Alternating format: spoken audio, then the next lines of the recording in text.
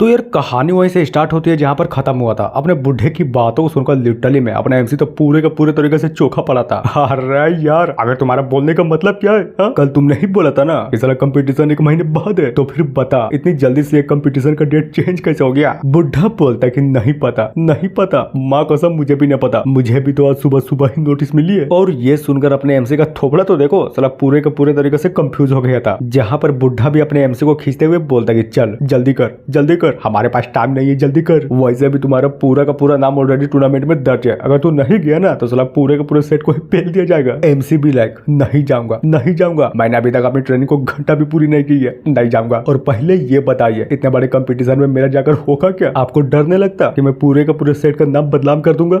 चिंता मत करो, ऐसा कुछ भी नहीं होगा जैसा तुम सोच रहे हो। बस तुम अपने आप पर भरोसा रखो, समझे? ज्यादा से ज्यादा क्या होगा, तुम पहले राउंड में हार जाओगे और क्या। और इतना बोलने के साथ ही अचानक से अपने एमसी को धक्का मारते हुए बोलता कि समझ गई ना कि मेरा बोलने का मतलब क्या था, चलो जल्दी करो हमारे पास टाइम नहीं है, एक काम करो तुम नंगा ही चलो। जिसकी बातों को सुनकर अपना एमसी तो बस बोलता ही रह जाता है कि नहीं यार नहीं, कम से कम मुझे मेरे कपड़े तो पहने दो, और सबसे इम्पोर्टेंट बात मुझे अपना लगेज भी पैक करना है। क्या कहा? लगेज? आज 1 घंटा का लगेज? तुम्हें जो भी चाहिए ना ये लोग पैसे साला रास्ते में खरीद लेना। और इसी तरह से बोल के लिटरली में अपने एमसी को भी फाइनली टूर्नामेंट के लिए ले ही जाता है। अब बात है बाहर के साइड, जहाँ पर अपना एमसी भी बुढ़े से पूछता है कि मास्टर की बात बताइए सीनियर ब्रदर कहाँ है, क्या वो सच्ची में टूर्नामेंट में भाग नहीं लेने वाले थे?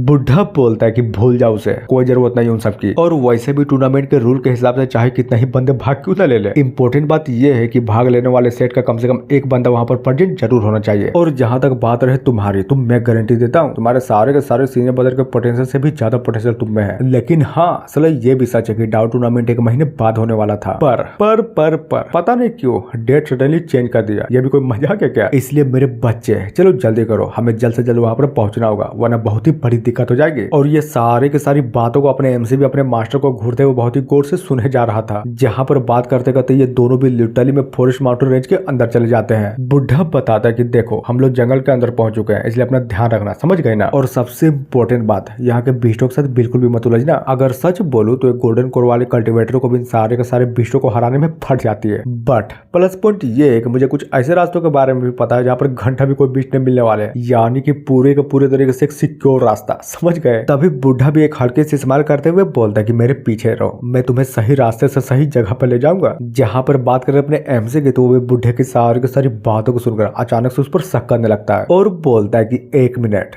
तुम मेरे मास्टर नहीं हो? क्यों, मैंने सही बोला ना? तभी अचानक से फुल एटीट्यूड में बोलता है तो फिर ये बताओ तुम हो कौन, और जरा सोच समझ कर बताना। और ये सब सुनकर इधर बुढ़ा भी एक पल के लिए पूरे का पूरे तरीके से स्टन खड़ा था। तभी बोलता है कि गजब, मुझे तो लगा था कि तुम बुढ़े के सारे डिसाइपलों से सबसे ज्यादा बेवकूफ हो, लेकिन देखो तो मुझे तो लगता है कि तुम्हें समझने में मैंने बहुत ही बड़ी गलती कर दी। और जी हाँ, इतना बोलने के साथ ये एपिसोड यहीं पर खत्म होता है। तो गाइस क्या लगता है, ये बुढ़ा सच्ची में अपना मास्टर ही है या फिर कोई और, या फिर शायद ये भी हो सकता है कि साला अपने ही सेट का कोई सीनियर हो? तो बोलो तुम्हें क्या लगता है, बुढ़ा सीनियर या फिर कोई दुश्मन? और हाँ अब मिलते हैं नेक्स्ट वीडियो में जो कि अगले हफ्ते आएगी। So thank you.